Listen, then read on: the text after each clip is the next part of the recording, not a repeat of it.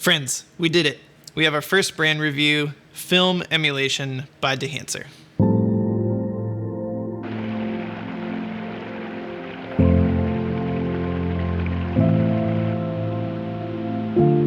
As videographers and photographers and artists, the last thing we want our footage and our photos to be called is sterile, clinical, or just bland.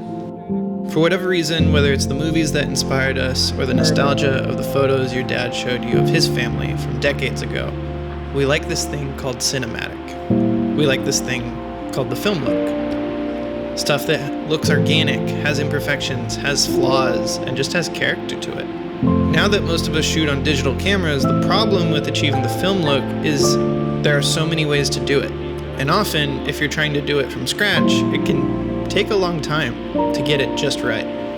While you can try and continue to make it manually, we thankfully now have companies that actually make film emulation plugins. And one of those companies is Dehancer.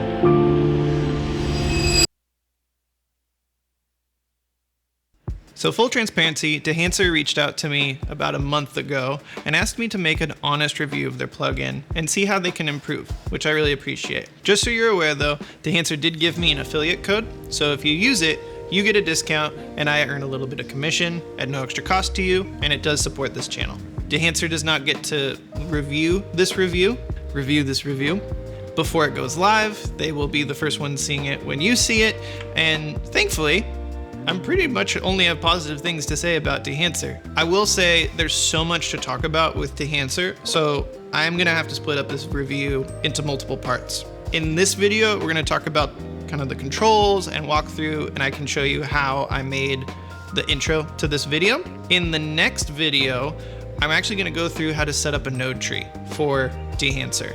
There's multiple different ways and multiple different input color spaces you can use, and I'm going to show you a few different node trees. I filmed all of that, and after doing all that, I saw that it was going to be like an hour-long video, and you don't need to have an hour-long video on your lunch break from work from me. So multiple parts of this video. I will also say Dehancer did ask if I could do an iOS review just to talk about their iOS app that they have.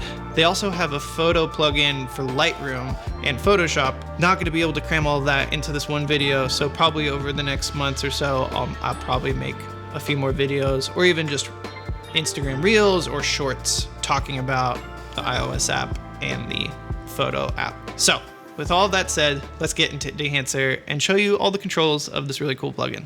Okay, here's our new clip, and looks like this. We are still in Panasonic Vlog. Pretty sure I told my wife here to put her hand in the water and she thought that was gross. Let's first make sure our project's settings for this clip is okay. So it's gonna go to clip, Panasonic Vlog. I'm gonna change this to daylight just to make sure it's good. Highlight recovery, and our raw clip is great now. So that's what that looks like. So let's bring Dehancer over. Gonna type in Dehancer.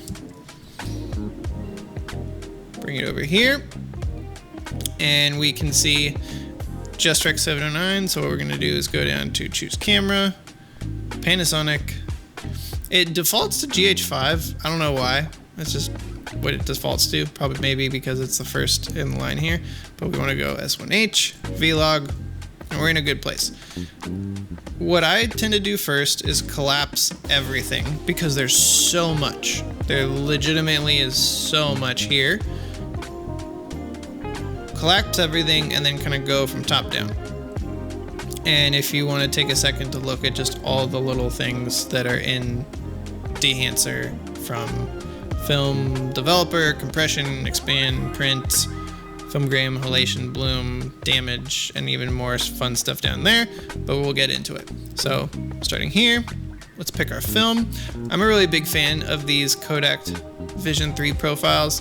One thing that I'll probably talk about in a different video one day is that in the photo version of Dehancer, they show you which film stocks are like photo, which ones are motion picture, which ones are like negatives.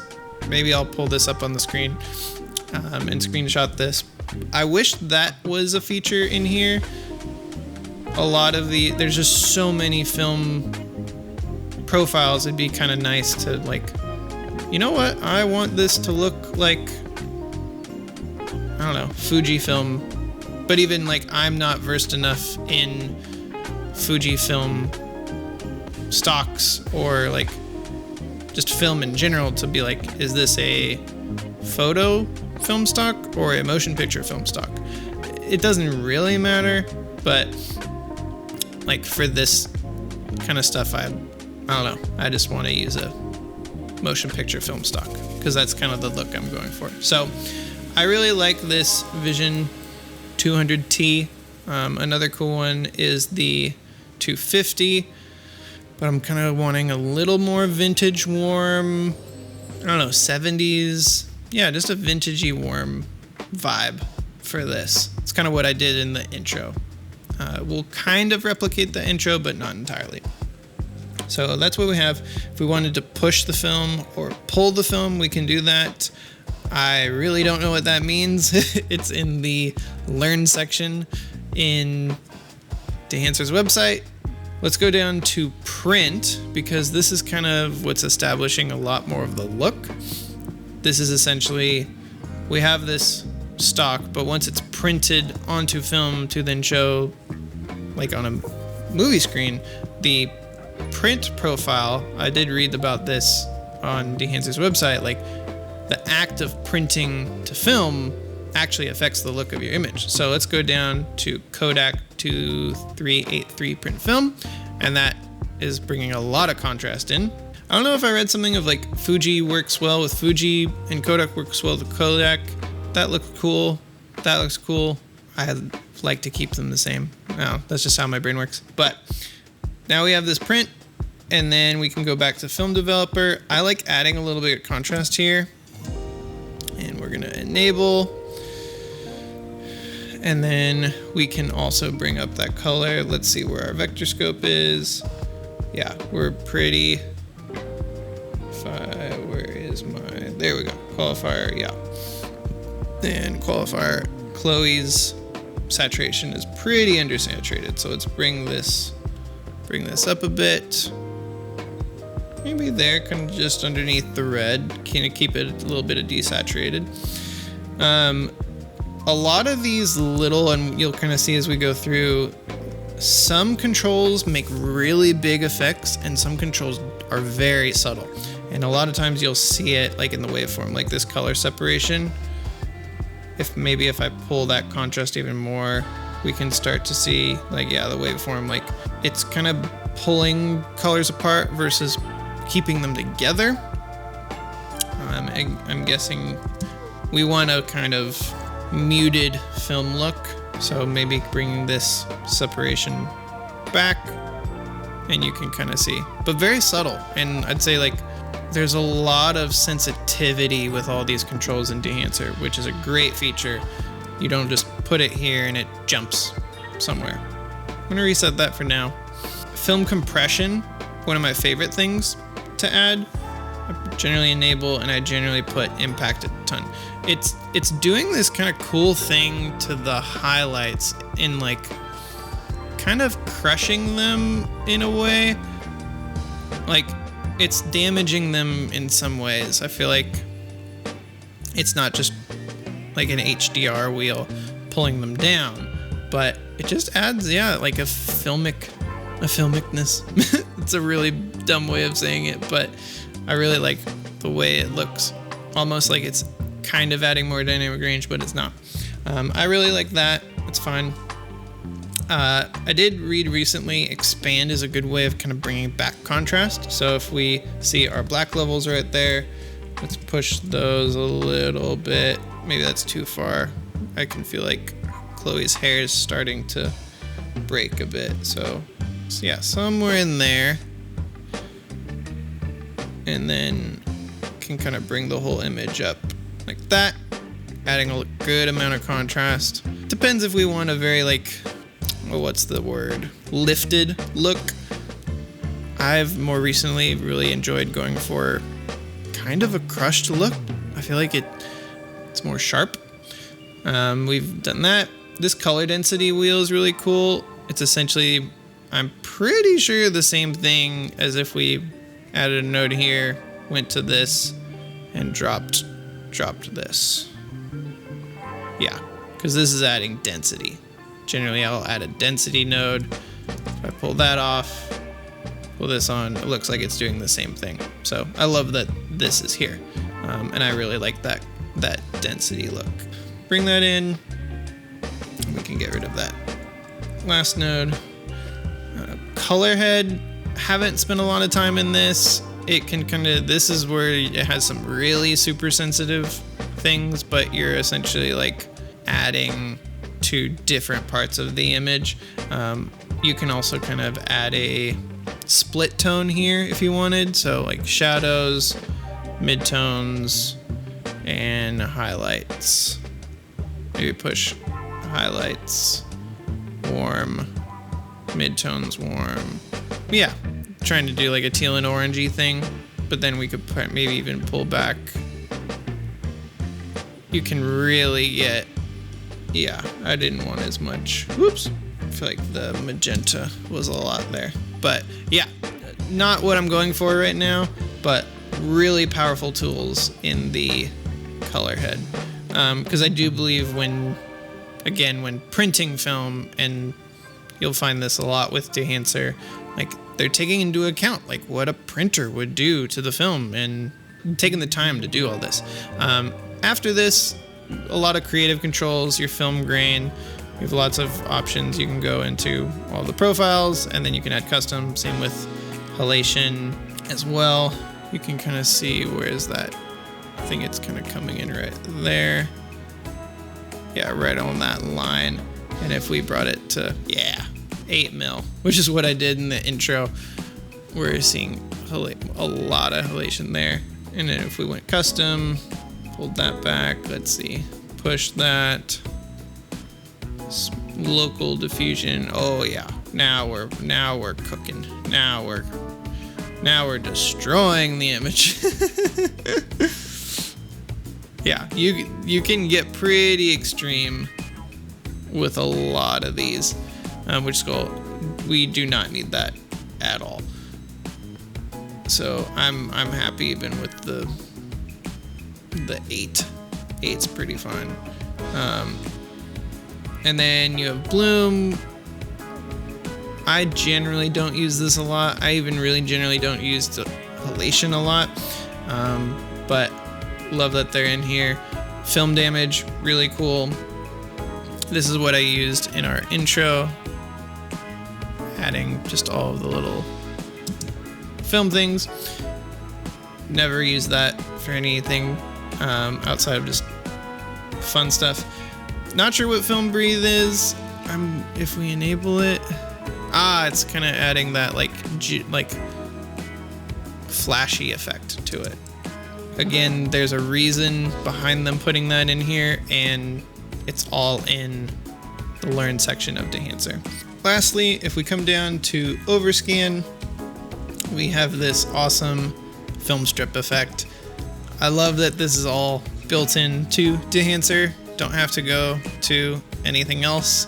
If we look at the controls, we have 8 mil, standard, Ultra 16, Super 16, Super 35 is what I used in the intro, wide format, and this ultra wide format. You can get really crazy with a lot of different options and offsets and so many different things here. I don't know if this is possible, but for this ultra wide, I wish there was a way for me to like get rid of the top and bottom. Like, it makes sense because film, but just for the look, I think it'd be cool to take off top and bottom. Not a big deal by any means, but would be nice. If we get out of that, and then we have vignette. We need to enable vignetting. Have our vignetting. Let's pull that in. Make it super. There we go. You can see that. Ooh! Actually, I haven't missed enough with this. Can move it over. 5. Oops. Oh wow, 1 is that far away.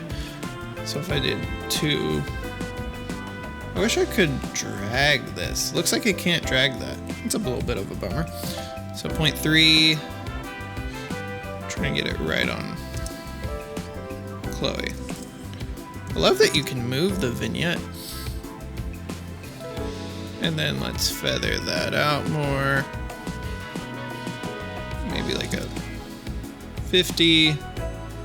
And then bring that exposure back up. And then that's cool. I actually haven't messed with that much literally until now. So that's cool. I wish you could drag this. That's a bummer. Hopefully in an update one day. But it's pretty cool. Love that that's there. A cool feature here as well, you have false color to kind of see where everything is landing. It looks like some of this is pretty black. Same with her hair. And then clipping indication. Ah, yeah. So this is clipping right here. So yeah. And then if you wanted to generate a LUT, I haven't messed with this yet. I'm curious if I could put something like this onto my Lumix S9 or future Lumix S1 II series cameras. In the past with film emulation plugins, I've tried to export 2 cameras and sometimes it gets a little wonky. And then at the very bottom, we have quality, and then we do have total impact if we wanted to kind of key out something like that. But this is what we got right now. Let me pull back on that. Yeah, that vignette's kind of cool. Maybe let's on our expand. Yeah, pull back a little bit. This is a very dark shot. If I check, yeah, her highlights are up there, but I'd probably want to like bring this right to there. I'd say it feels a little bit better, but yeah, I'm liking this shot. Ooh, I think my playback's, yeah. Now, whoo, there's the crispness. So,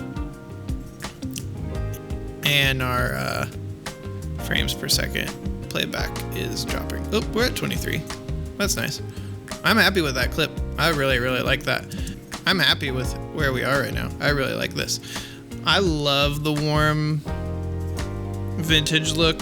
There's so many different looks we could have gone with in here. Ooh, even that. Where was that? Oh no, we lost it. Yeah, this cool look also works really well. I love that also we didn't have to change really anything else, just changed that profile. And then there's, yeah, so many crazy different, oh my gosh, I don't even know what that was, profiles in here. Yeah, we were there. So yeah, those are the controls of Dehancer. There's literally so much here. They've packed so much into this plugin, and in my opinion is probably one of the best, if not the best, film emulation plugin that I've personally used. So love that they sent this and wanted me to test this out. The only thing I will mention, and you can even see here, it is a heavy plugin. Like, I have a good computer, but say if we brought over the, like, yeah, film damage, maybe throw film damage, relation's already on, bloom on, maybe even bring the grain up. Woo! That, yeah. Like, now we're at 14 frames. Like, you do need to be aware that once this plugin gets going and you're adding so much onto here, it can really drag your computer down. If I pull playback back to quarter, that helps my computer. I have a custom PC with a 3080 Ti in it, and pulling playback helps, but yeah, full's hard. And then if we go to options for quality, wonder what high slow changes.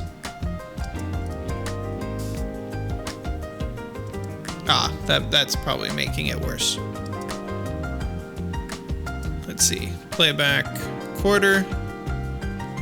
Okay, 23 frames per second, and then if we go quality, not changing much. I'm not sure what this actually is doing. I'll have to check that somewhere else. But yeah, those are the controls of Dehancer. In conclusion, if you are a colorist or even just a videographer and you love the film look and you want to get something to kind of bring your color grading to the next step, I highly recommend Dehancer. I think it's something that both expert colorists who are very familiar with DaVinci Resolve, very familiar with color grading, they can use Dehancer to just add that kind of little bit of spice, a little bit of seasoning to some footage. But then also, if you're a videographer and you've been kind of looking for LUTs, looking for some way to kind of get that film look, that kind of flawed imperfection, while also being able to have it be subtle in moments and have it not be subtle in moments, you should definitely look into Dehancer. And I know they have multiple different subscription options, and also you don't have to buy the full plugin that I showcased in this video. You can actually get it segmented. To recap the feedback I wanted to give Dehancer, because they asked for an honest review, I would say, firstly, I would love to see a category filter system for their film stocks, similar to the photo version of Dehancer, where we can see, oh, this is a motion picture film stock, this is a photography, negative or positive. I know there's a bunch of different options and kind of categories they have. I think a category system in the DaVinci Resolve, Premiere Pro video editing software would be really cool and really helpful. Another idea that they could do, I don't know if it's super necessary, but could work, is maybe a simple UI. Like you have a simple UI and then an advanced UI. That way for colorists, they can stick with the advanced UI, and then for videographers, even kind of beginners to color grading who just want to select the camera they have, select the film stock they want, and then be done, a simple UI. That way beginners aren't as overwhelmed when jumping into Dehancer. That'd be a second option they could do. And then lastly, thirdly, I'd say just to continue to work on the efficiency of the plugin. Once everything's running, it can be pretty heavy. I have a pretty big custom PC, and even that computer is chugging along when plugin is at full max. And again, that's not a big critique of the plugin, but something you can improve, where over time the GPU and CPU just get better utilized over time. And I believe that's something that can happen with software over time. So that would be my feedback for Dehancer. Honestly, I loved using this plugin. I want to use it on everything moving forward. I will be making another video about how to place Dehancer in your node tree. So be on the lookout for that video. But until the next one, hope you have a wonderful day, and I'll see you later. Bye-bye. Peace.